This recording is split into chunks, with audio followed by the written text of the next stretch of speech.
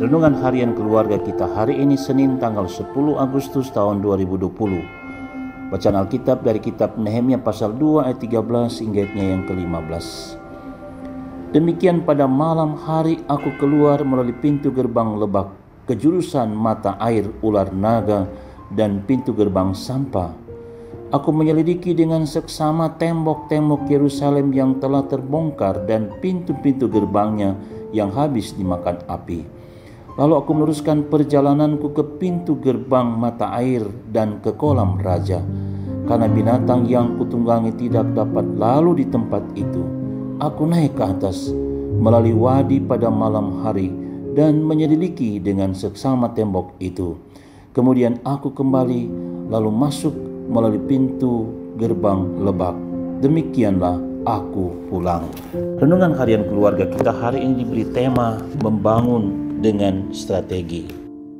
Jemaat yang dikasihi Tuhan, Nehemia adalah orang yang ditugaskan sebagai juru minum Artasasta Raja Persia.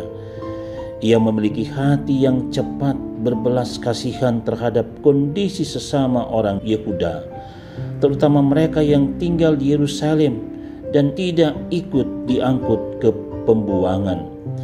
Demikian perasaan yang prihatin itu, ia memberanikan diri dan berniat membangun tembok Yerusalem yang diruntuhkan. Nehemia sangat menyadari beratnya proses dan tahapan mewujudkan tanggung jawab imannya untuk membangun kembali tembok Yerusalem, sebab pembangunan tembok kota berarti membangun kota itu sendiri.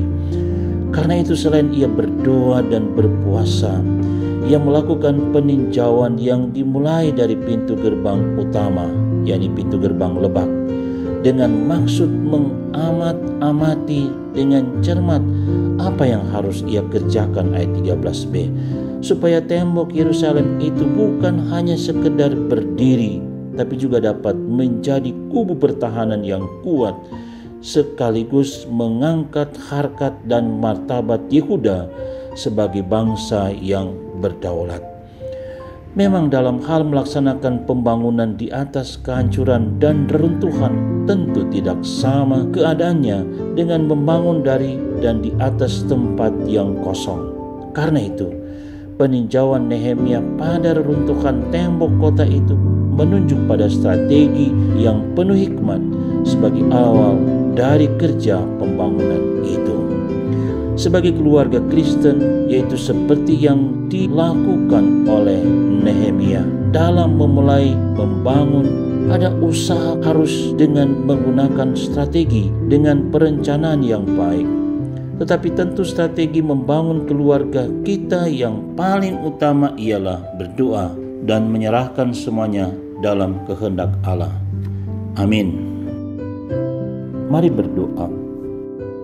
Ya Tuhan, berilah kami hikmat agar kami dapat merencanakan suatu usaha dan pekerjaan dengan menerapkan strategi kerja yang harus mengandalkan kuasa dan kehendak-Mu.